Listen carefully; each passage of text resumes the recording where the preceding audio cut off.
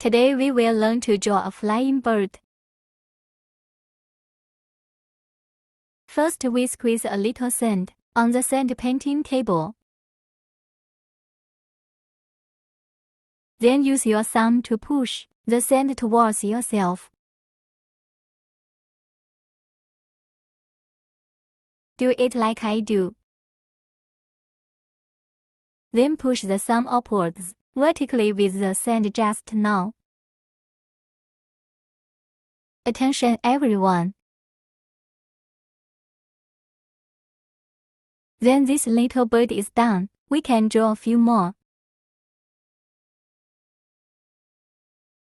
Then paint a little sand and sprinkle it on. Then use your thumb to push in the direction of your arm, and then push up vertically. The bird will be painted.